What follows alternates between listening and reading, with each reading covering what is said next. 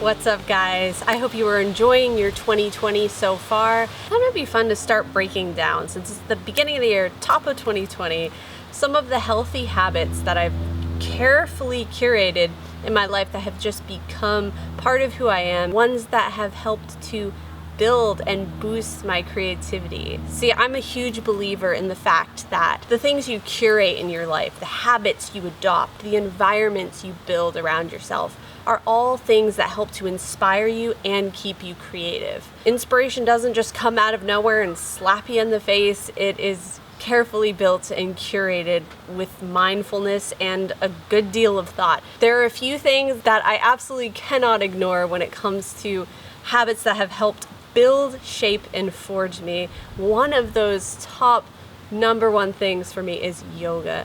Yoga for me is a daily practice. I absolutely love yoga. I look forward to doing it every day, and it's kind of just a nice pause on my day. Yoga comes with loads of benefits. It's helped me boost my self-esteem, confidence, get more flexible, become stronger, and one of my favorite aspects of yoga is the simple act of mindfulness, the carving out a block of time for yourself, hitting pause on the rest of your day, setting aside everything that's going on up here, putting it in a box, putting it on a shelf, and not touching it until you are done with your practice. That's what yoga truly is a meditative practice, a moving meditation that grounds you in the present moment. I actually made a video about mindful meditation for creatives and how it's helped me personally, so check out that video with the link above.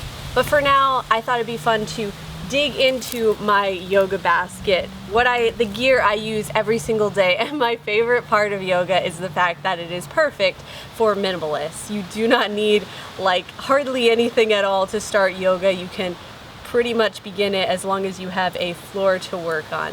But there are a few pieces of gear that I use every single time I do yoga, and I thought it'd be fun to just dig into my yoga basket and look at the couple simple essential pieces of gear that I would recommend if you're thinking of starting yoga in 2020. So first, of course, we have a good yoga mat. This is quickly becoming my favorite yoga mat. I used to work on a much thicker mat, but this is a mat from Marsh Yoga, and it is a thin kind of rubbery mat, and I really enjoy having a bit of a thinner, more grippy mat to work on. Sometimes the ones that are thicker and a little more plasticky feeling can be a bit more slick on your hands when you start to get sweaty. If your palms sweat a lot, it can be a little bit difficult. Your hands start sliding in downward facing dog and stuff. I've had absolutely no trouble at all with this one, and it has a really beautiful design on it. But play around with that. If you're someone who's starting yoga or maybe just updating your gear,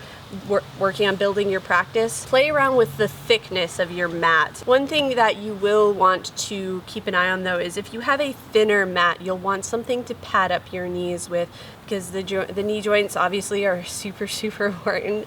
You want to protect the knees at all times when you're working out and doing yoga and stuff like that. So if you have a thinner mat like this, that kind of leads right into the next piece of gear I use all the time is a yoga blanket. This here is actually just a regular old nice woven blanket. I really enjoy it for yoga because it has that nice thickness to it. Especially if your knees are at all sensitive, you're going to want something nice and thick that you can maybe fold a couple of times and have that instead of just a thin yoga towel. Sometimes they tend to be very thin and they don't really offer much padding. So make sure you have a blanket. And it can be a blanket that you already have. You don't need any fancy yoga towels or anything like that. And then finally, a yoga block. These are really nice. I don't use the yoga block every single day, but for quite a few practices. And these guys are so versatile. You can use them for pretty much anything. You can use them as a pillow for your head or neck during savasana. You can use it to kind of create a little boost for yourself if you're practicing poses like crow pose or something like that. It's nice for child's pose if you want something to bring your forehead up from the ground a bit. It can be great for things like triangle pose and a twist in a lunge, things like that. You really don't need much to start yoga. Nothing at all, actually. And I do want to disclaimer that, the fact that you really don't need anything to start yoga.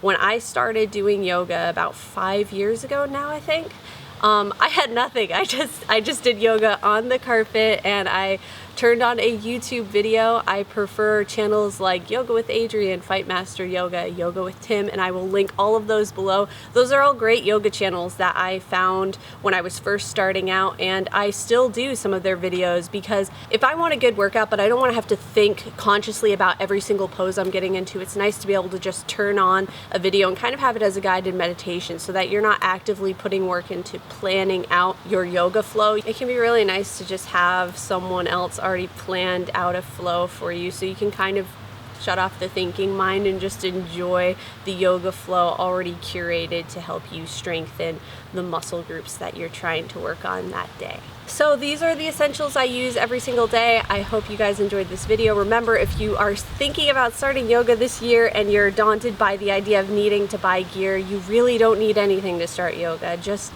preferably maybe a carpeted surface if you don't have anything to pad up your knees, and a good attitude. Anyway, I hope this offered a little bit of inspiration for you. Yoga is something I love to do before I write or start on any creative work of any kind.